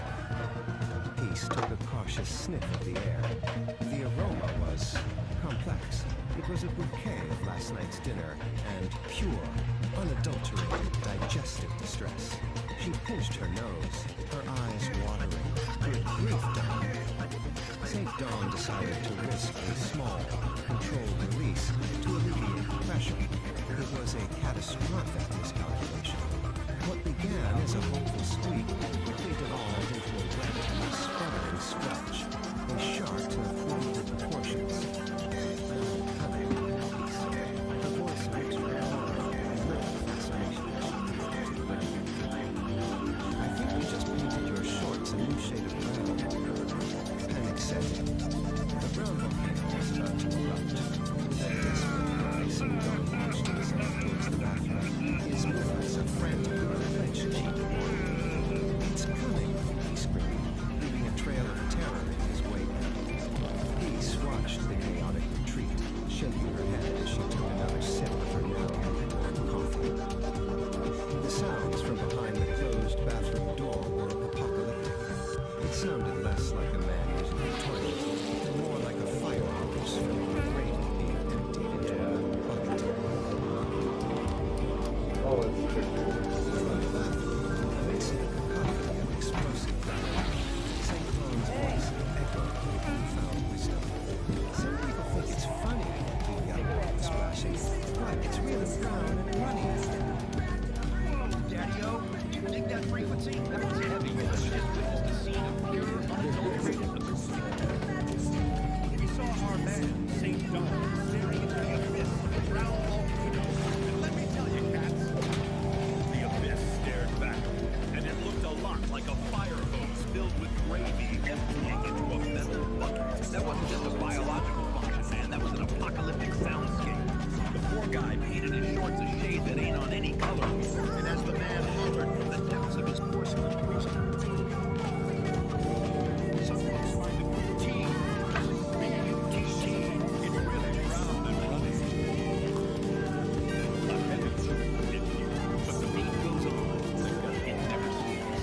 Just when you think the vibration is settled, the universe serves up a new rhythm. A spicy rhythm. Flip the page, babies. We're moving from the brown volcano to a little track we call Nature Calls. The Ballad of the Burrito. The scene? A morning rumble that isn't thunder. The culprit? A ghost pepper burrito that's staging a rebellion. The obstacle? A broken throne that peace, that baking goddess, has marked with a sign of danger. So strap in. We got a plumbing disaster, a frantic dash across the green grass, and a spider the size of a dinner plate guarding the gates of relief. Can a freaking hero conquer his porcelain destinies? Let's watch the man sweat. It's showtime! That was Viscous. Can you cats still hear the echo? The brown volcano just erupted, and the fallout was heavy. We witnessed a man turned into a fire hose of gravy. We heard the velocity of the porcelain. It was brown, and it was most definitely running. A tragic symphony of digestive distress. But before we flip the script to the next track, I need you to get in the groove with us. Validate the vibe, Daddy-O. Smash that thumb. If you felt the rumble, give it a tap. Let the universe know you dig the raw, unfiltered truth of the homo-freaking lifestyle. And don't be a tourist in this lounge. Join the band. Slice through the hesitation and subscribe. We're building a tribe here. The only efficient fee is your attention. Ring the bell. Wake it up. Make it sing. You don't want to be asleep when the next disaster strikes. That's right. The brown volcano has gone dormant, but a new heat is rising. Next up on the playlist, the Ballad of the Burrito. We're talking ghost peppers. We're talking a broken throne. We're talking a man full of paper and a sprint against destiny. Stick around, cats. Nature is calling.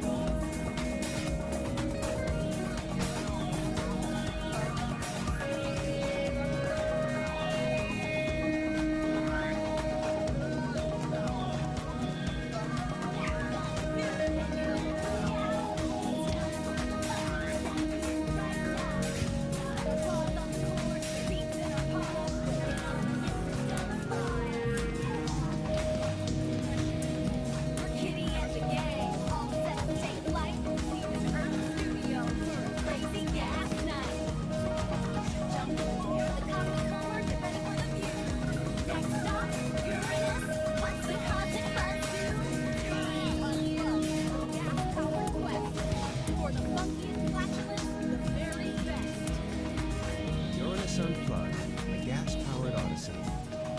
Peace Dawn and St. Dawn Homo Freakian, cosmic voyagers of the highest order, received a most peculiar invitation.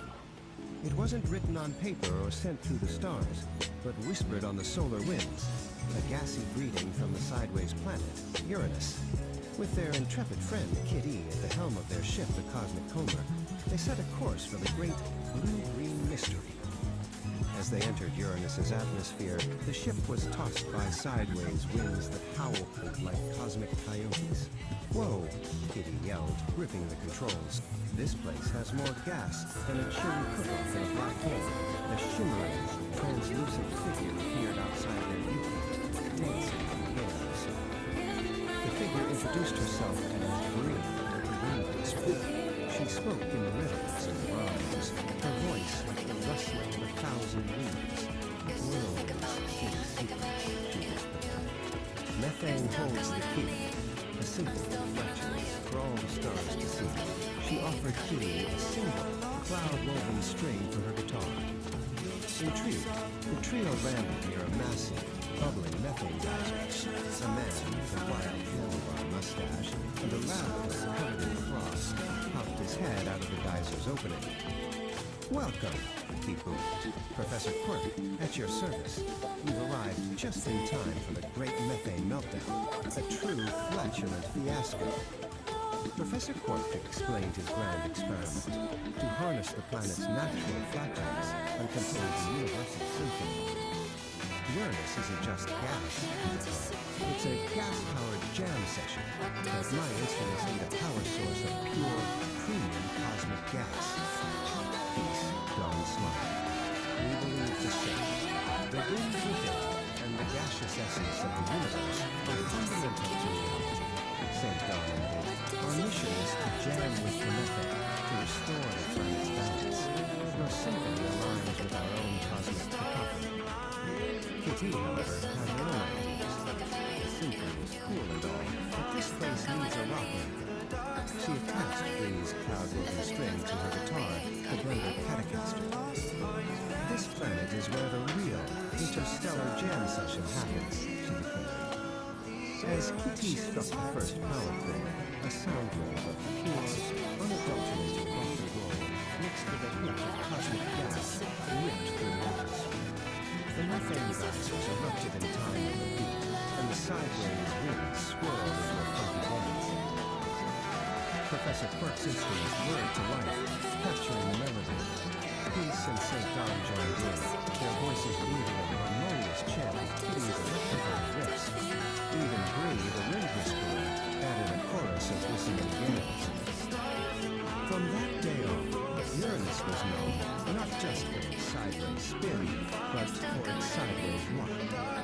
The Great Methane Meltdown became the first ever Uranus Unplugged, a festival of music, science, and spiritual flatulence, proving that with a little harmony, even the gassiest planet in the solar system could find its groove.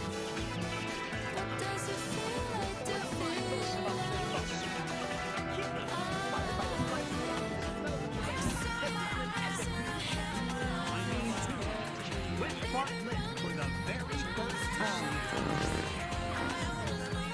Explosive energy coming out of Uranus and the Museum of Music needs to take on home freaking events. Tune in to the next episode, Nature Call.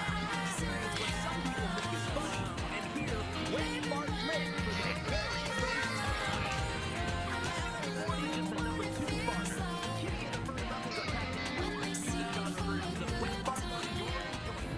If you love the sights and sounds out of Uranus, don't forget to pull out your phone and like this video. And hey, if you're still less than partners, subscribe. Become well-informed in the whole freaking storytelling. Yeah, if you're really into this, slap that bell so you get notified when the next one comes out.